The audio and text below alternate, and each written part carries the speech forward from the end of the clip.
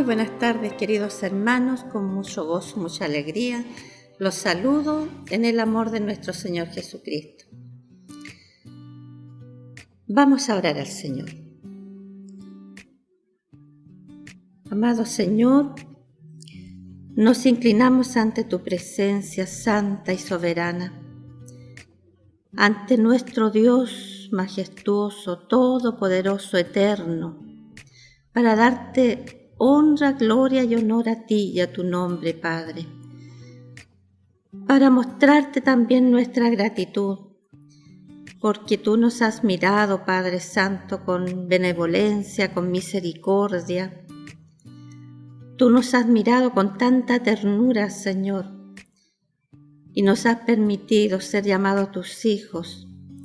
Te damos gracias por ello, amado Señor.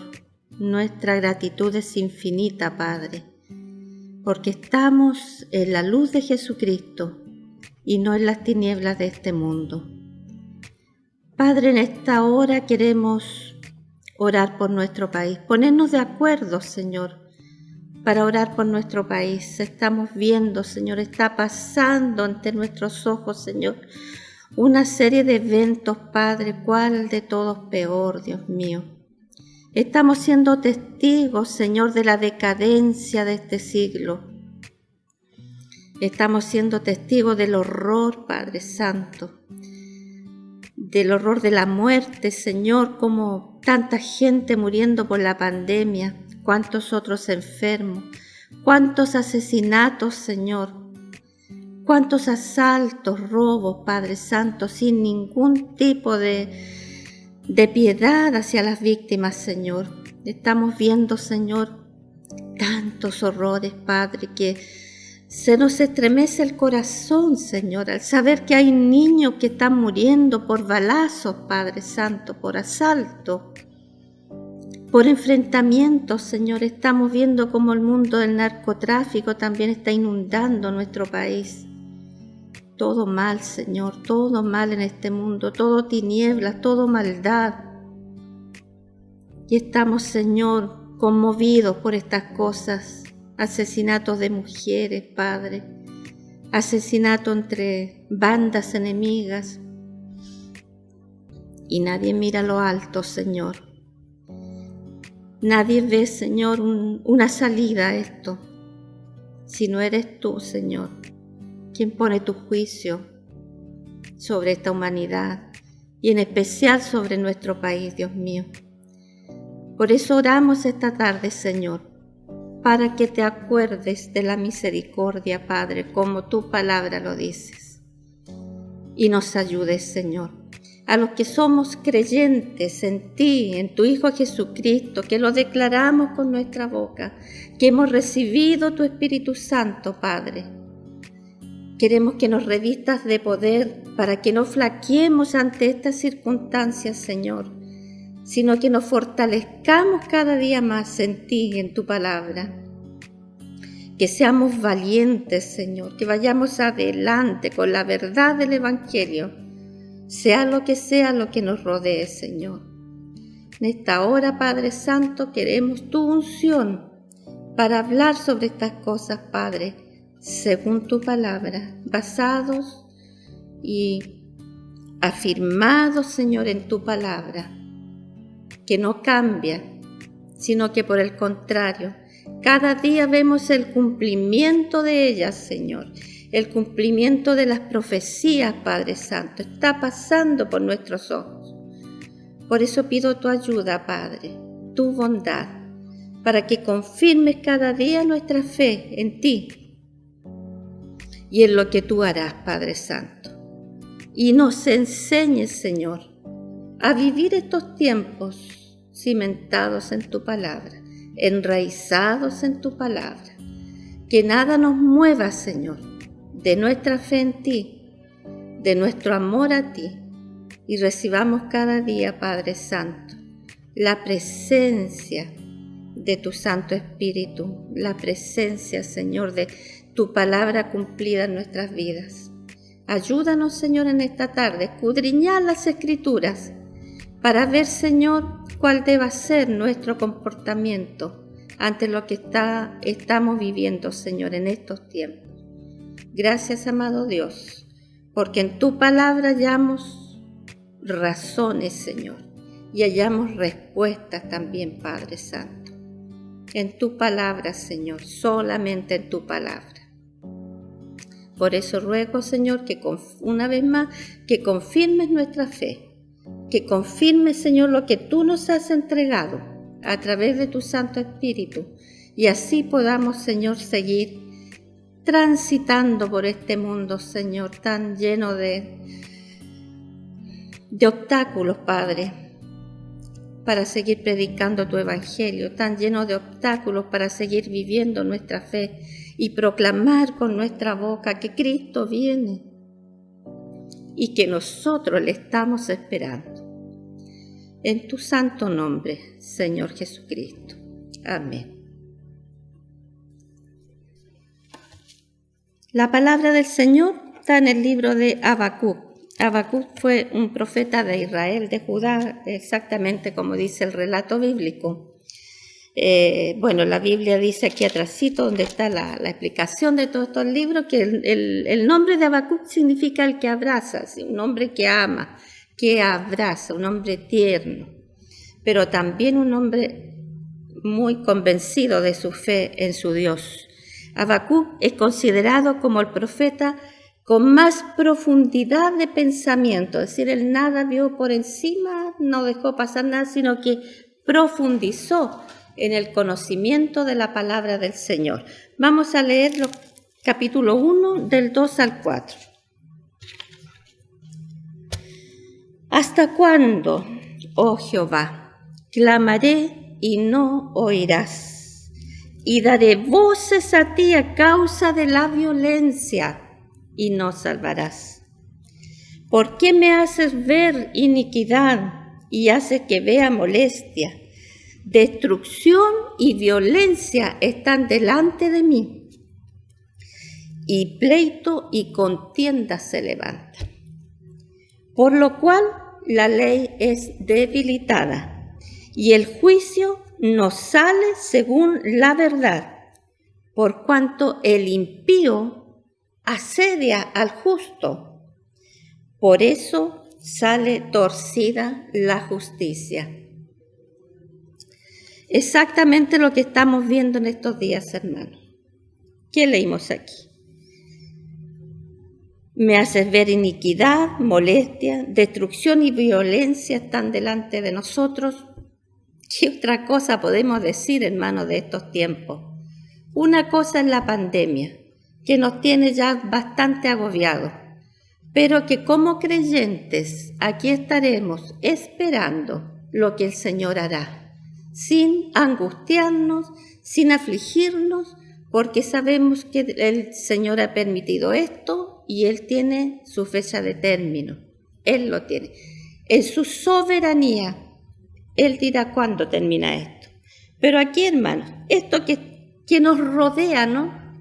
La maldad nos rodea, que no penetre en nosotros, hermanos.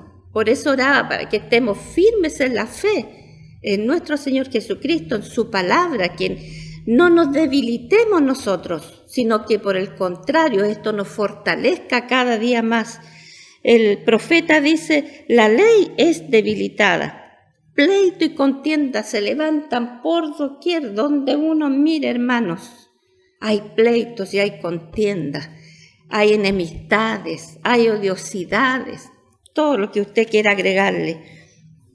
El impío asedia al justo y por eso sale torcida la justicia. ¿Qué estamos viendo en este tiempo? No sé si su casa, pero mi casa sí está bastante enrejada, las ventanas, la puerta del patio con reja. Es decir, los buenos tenemos que poner reja en nuestras casas y los malos libremente ellos en sus hogares, tranquilos, asediando a los que nos ganamos la vida trabajando, a los que compramos nuestras cosas como corresponde, vienen y roban, hurtan. O sea, el injusto asediando al justo, tal y cual lo dice el profeta aquí. Bueno, ¿qué ¿Qué había ocurrido en el tiempo del profeta para que él se exprese así delante del Señor? ¿Hasta cuándo? ¿Se acuerdan quién más le reclamó así al Señor? Job también reclamó un poco antes de darse cuenta el propósito de Dios para su vida, ¿no? ¿Hasta cuándo? Dice el profeta, oh Jehová, clamaré y no oirás. ¿Qué había pasado en ese tiempo? Bueno, un poquito de historia, bien resumido, hermanos, pero un poquito de historia. Josías era rey de Judá en ese tiempo. Esa cita está en Segunda de Reyes 22:2. Todo está respaldado por la palabra. Josías dice, hizo lo recto ante los ojos de Jehová y anduvo en todo el camino de David su padre, sin apartarse ni a derecha ni a izquierda. O sea, hizo lo recto ante los ojos de Jehová. Fue un buen rey ante los ojos de Jehová. Bueno, ¿qué hizo Josías? Josías hizo importantes reformas espirituales. Me gustaría que usted leyera en su casa, hermano, Segunda de Reyes, capítulo 23. En todo ese capítulo 23 está descrita las reformas espirituales que hizo el rey Josías y que son muy importantes. Entre ellos barrió con todos los ídolos que habían ahí, los que eran adorados, los altares de la gente que adoraba dioses, todo lo sacó, todo, llamó a los sacerdotes, hizo una reforma profunda en la vida espiritual de su pueblo. Todas las imágenes las derrumbó, las sacó fuera de la ciudad, las quemó, dice, y esparció la ceniza de todo eso. Es bien interesante todas estas reformas. Bueno, la historia también dice que Josías murió en batalla y le sucedió su hijo que se llama Joacim. Bueno, Joacim no tenía los mismos pensamientos, los mismos sentimientos que su padre. Y mientras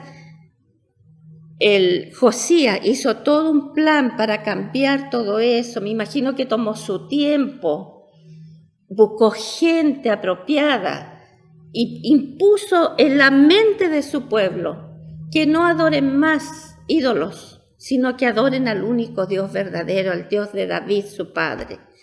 ¿Qué hizo este sucesor de Josías, Joacim? Al morir su padre, él ascendió al trono y todo para atrás. Abolió todas las reformas que había hecho su padre. Las abolió así, de un plumazo. Y también rápidamente cambió las reformas y el plan que había hecho su padre para cambiar la vida espiritual de su pueblo, como dijimos. Todo lo que se demoró, yo pensaba, es lo mismo que nosotros, todo lo que demoramos, todo el tiempo, toda la planificación, a lo mejor para entregar el mensaje del Señor nos demoramos, vamos en oración, buscamos la palabra para poder hablar de Dios. Y viene el enemigo y así borra todo, en un cerrar de ojos. Es lo que hizo este nuevo rey de Israel, Joacim, todo. Entonces el pueblo volvió a los ídolos, volvió a su vida pecaminosa, a hacer todas las cosas que en el tiempo de Josías no hicieron. Y esto fue lo que causó la indignación del profeta Habacuc. Ver toda esta maldad, todo lo que describimos aquí, todo lo que hablamos antes de nuestro país, es lo mismo que está ocurriendo aquí en ese tiempo. Y ahora tal vez se ha agravado porque ahora la modernidad tiene armas de fuego, tiene explosivos, tiene muchas cosas más como para atacar. El injusto al justo, el impío al que busca el camino de santidad. Así que todo lo que está aquí, agravado por toda la modernidad que hay, es lo que se está viviendo en estos tiempos. Por eso el profeta pregunta, ¿hasta cuándo voy a presenciar tanta violencia? ¿Hasta cuándo la sociedad donde vive en pleito y en contiendas? La ley es debilitada, eso es otra cosa, hermano. Los delincuentes, como se dice muchas veces aquí, tienen beneficios del Estado, tienen abogados gratis, tienen muchos beneficios del Estado, pero el justo no tiene eso. Si el justo quiere entablar un pleito contra alguien que le hizo algún daño, tiene que pagar su abogado. Es decir, la justicia sale torcida. El juicio no sale según la verdad. También se dice mucho, el que tiene dinero jamás va a pisar una cárcel. La justicia está mal en este sentido también. Ahora, hermano, ¿qué haríamos o qué estamos haciendo nosotros los creyentes con todas estas situaciones, con todas estas injusticias que estamos viendo, con todo el panorama que se nos presenta? Yo no veo noticias, pero de vez en cuando sintonizo ahí y no quiero ver más. Todo es violencia, todo es crimen, todo es robo, todo es lo más malo que hay en este mundo. La maldad se aumentará, dice la palabra, en los últimos tiempos. La maldad se aumentará y es lo que estamos viendo. Entonces, ¿qué hacemos como cristianos? Algo que no debemos hacer, pues hermano, condenamos nosotros estas cosas. Ahora, si usted busca en toda la Biblia donde el Señor nos autoriza a nosotros a hacer juicios y a condenar, más adelante vamos a ver lo que hizo el profeta Habacuc ante todo este tipo de cosas. Primero expuso su queja, ¿no es cierto?, ante el Señor. ¿Hasta cuándo, Señor, tendré que ver estas cosas? Pero después el Señor le muestra todo su programa que tiene aquí con respecto a este pueblo y él tiene que entender que tiene que esperar y esperar tranquilo. Lo vamos a ver ligerito.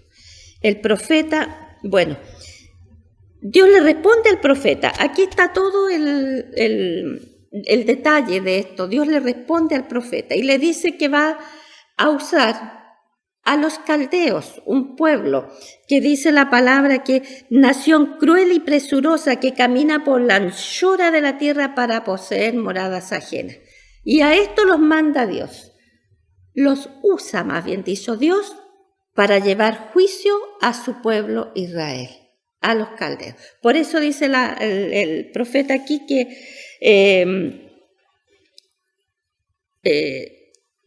usa un pueblo que es más impuro, más injusto, más malvado que ellos. Él reconoce que su pueblo está cometiendo muchos pecados delante del Señor, pero estos son peores que ellos. Entonces, ¿por qué en vez del Señor mandarme a alguien mejor, me manda a alguien peor? Vamos a ver también eso por qué. Dice, ¿por qué nos manda este pueblo que es una nación cruel y presurosa que camina a la anchura de la tierra para poseer moradas ajenas? Le describe Dios aquí la fuerza de los ejércitos de los caldeos y la actitud que tomarán ante ellos.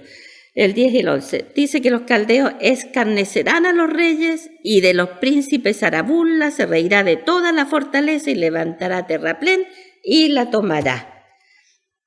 Luego pasará como el huracán, dice, y ofenderá atribuyendo su fuerza a su Dios. O sea, ellos confían en sí mismos, en su poderío militar, su poderío bélico que tienen y también atribuyen sus logros, sus victorias a su Dios. No al Dios de Israel, sino que a su Dios. Bueno, si los está usando el Señor, también será el Señor quien haga justicia con este pueblo, ¿no es cierto? Y así lo hizo el Señor. Bueno, el profeta se sorprendió ante la respuesta de Dios y lo atribuye a que Dios es muy limpio de ojos para ver el mal. O sea, en principio él creyó que Dios no vio realmente lo que eran los caldeos. Es muy limpio de ojos, dice el Señor, para ver el mal. Pero no era así. ¿Qué dice el profeta? El capítulo 2. Sobre mi guarda estaré y sobre la fortaleza afirmaré el pie y velaré para ver lo que se me dirá. Es decir, ¿cuál es la verdadera respuesta? ¿Cuál es la respuesta para el pueblo? Una es que enviará a los caldeos, pero luego el Señor le dice que también los caldeos recibirán su castigo. Entonces, ¿qué hago yo? ¿Me siento a condenar lo que están haciendo, lo que está haciendo este pueblo impío? ¿O espero a lo que Dios hará en su justa justicia? Dios es justo. Entonces dice, y Jehová respondió y dijo, escribe la visión y declárala en tablas para que corra el que leyere en ella, para que corra. Y dice, aunque la visión tardará aún por un tiempo, mas se apresura hacia el fin y no mentirá. Aunque tardare, espéralo, porque sin duda vendrá, no tardará. La respuesta del Señor vendrá. Tú espera, porque la respuesta del Señor viene para el pueblo impío. Mire aquí el versículo 4 del capítulo 2. He aquí que aquel cuya alma no es recta se enorgullece. Hemos visto, ¿no? Hombres y mujeres orgullosas, pero que sus almas no son rectas. Mas el justo, y usted sabe el resto, por su fe vivirá. Mire dónde lo encontramos, esta cita primero. Luego Pablo la repite en Romanos, la misma cita. También está en Gálatas. Mas el justo por su fe vivirá. Y vamos a leer la que está en el capítulo 10 de Hechos 10:38. Porque aún un poquito, y el que ha de venir vendrá, mas el justo vivirá por fe. Y el que retrocediere, dice el Señor, no agradará a mi alma. Así es que tenemos que seguir adelante.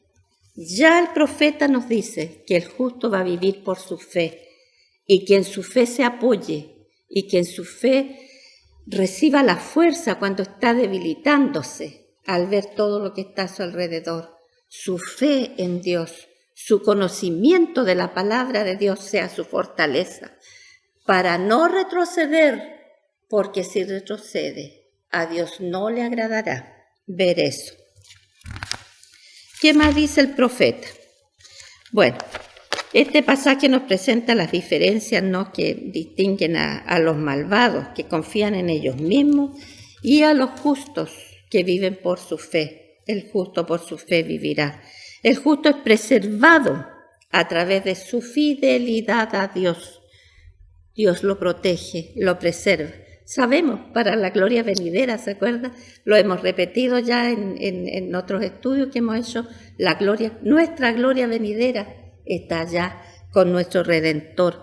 Así es que el justo será preservado. El creyente verdadero, el que es declarado justo por Dios, preservará su fe.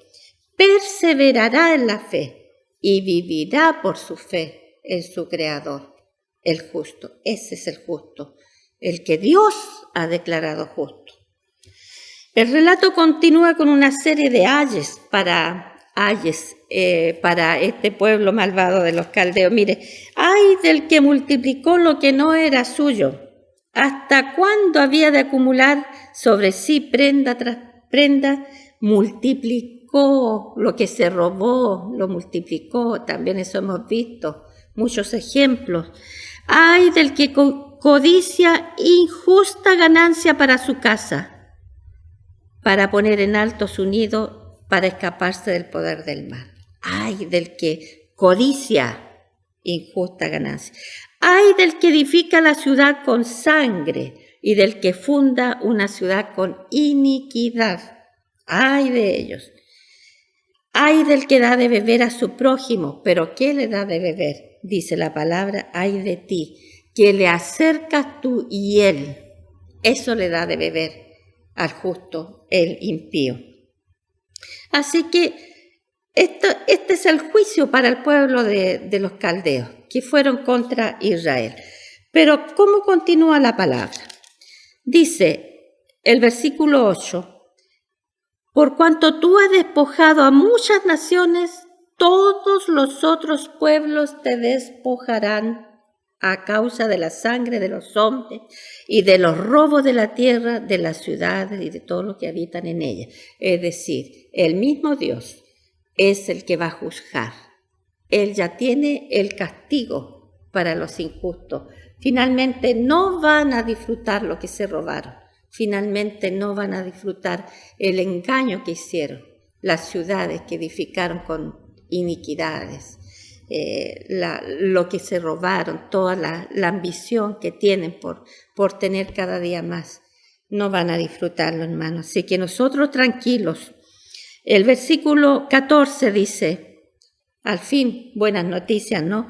Porque la tierra será llena del conocimiento de la gloria de Jehová. Aleluya. Como las aguas cubren el mar. Eso lo cantamos también. Un corito por ahí muy lindo. Y está aquí en el libro de Habacuc. Porque la tierra será llena del conocimiento de la gloria de Jehová, como las aguas cubren el mar. Y luego la palabra hace alusión a la soberanía de Dios. El versículo 20 dice, mas Jehová está en su santo templo, allá en su gloria. Calle delante de él toda la tierra, la soberanía de Dios. La Biblia dice que Dios tiene a este globito terráqueo aquí en la palma de su mano, que sus ojos recorren todo. Entonces, ¿dónde está la arrogancia del hombre que cree que con su gran poderío económico va a hacer grandes cosas en este mundo? El Señor es el soberano y después de Él no hay nada, antes que Él tampoco. Así que, continuando con este libro de Habacuc que tiene 3 capítulos, vamos en el capítulo 3. El capítulo 3 es una oración que el profeta le dice a Dios, que él ha escuchado y que teme y que queda en espera de lo que Dios hará. Él expresa que al oír la voz de Dios se conmovió dentro de mí, me estremecí, dice. A ver, vamos a leer el versículo 16. Oí, dice, lo que Dios le respondió, y se conmovieron mis entrañas. A la voz temblaron mis labios, pudrición entró en mi hueso, y dentro de mí me estremecí. Si bien estaré quieto en el día de la angustia. Al oír la voz de Dios, al oír el juicio de Dios sobre la tierra, sobre estos malvados, él se estremeció. Ay, hermano, ¿cómo decirlo? Pero temblaron sus labios, dice, se conmovieron sus entrañas al oír la voz de Dios, respondiéndole a toda la angustia que él al principio tenía. Ya cambió la perspectiva, ya cambió la visión de Habacuc. Ya no le dice a Dios, ¿hasta cuándo, Señor, esta situación? Ya cambió, dice que él va a esperar quieto ahí. Si bien estaré quieto, dice, en el día de la angustia, es decir, cuando venga el juicio del Señor. Él conocía la severidad del juicio de Dios. Por eso ya, ¿qué más iba a reclamar? Sabía que Dios severamente iba a castigar a este pueblo. Y nosotros también hoy conocemos la severidad de Dios. ¿Y cómo va a ser castigada esta humanidad? Aquí está en el último libro de la Biblia. El juicio de Dios, el justo juicio de Dios, también para nosotros está ahí escrito. Así que, hermanos, no nos toca a nosotros juzgar, menos aún condenar, sino que de Dios es la justicia y el juicio. Aquí está muy claro y el profeta así lo entendió también. Bueno, ¿cómo está el mundo hoy? Lo decíamos al principio, ¿no? Está igual o peor que el tiempo de Habacuc. ¿Cómo están los tiempos de hoy? Iguales o peores. El profeta clama una vez más a Dios, pero ya es otra su visión. Veamos, ¿qué dice?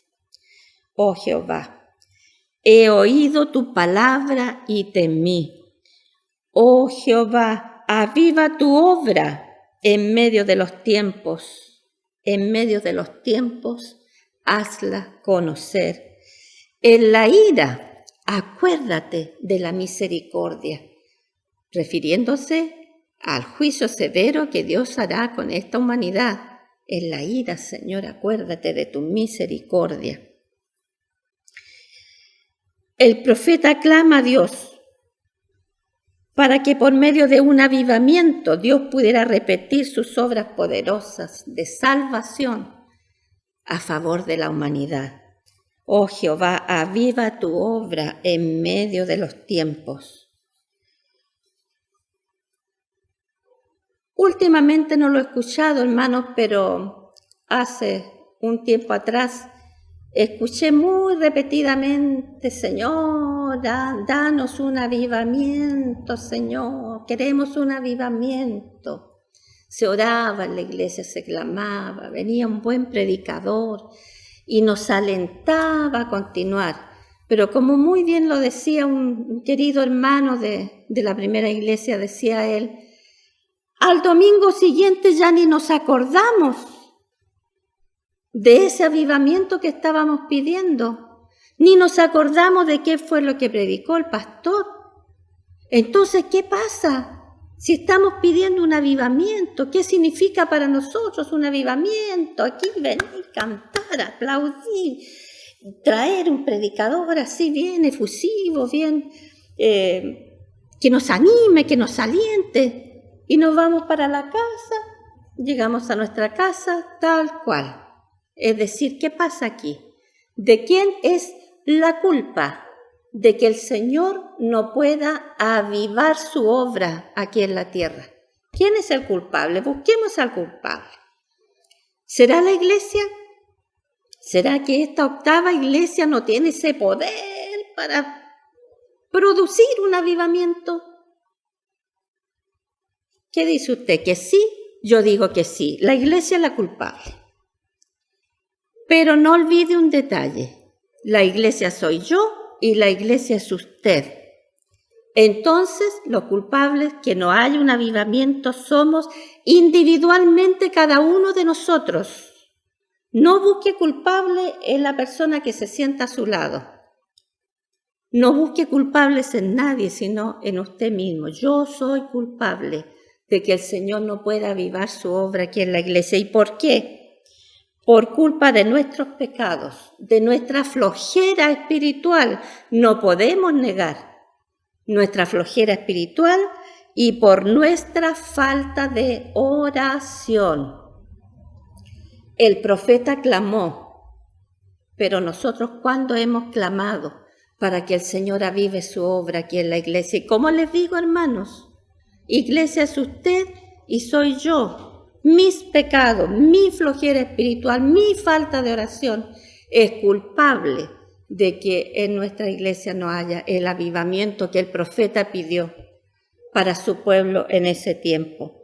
Así que yo creo que aquí, hermanos, tenemos que decir, como David, Salmo 139,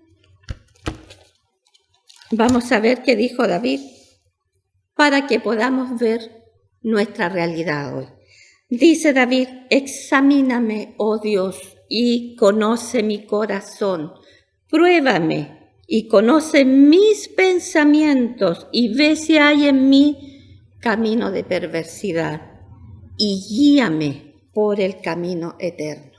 Examíname, Señor, examíname.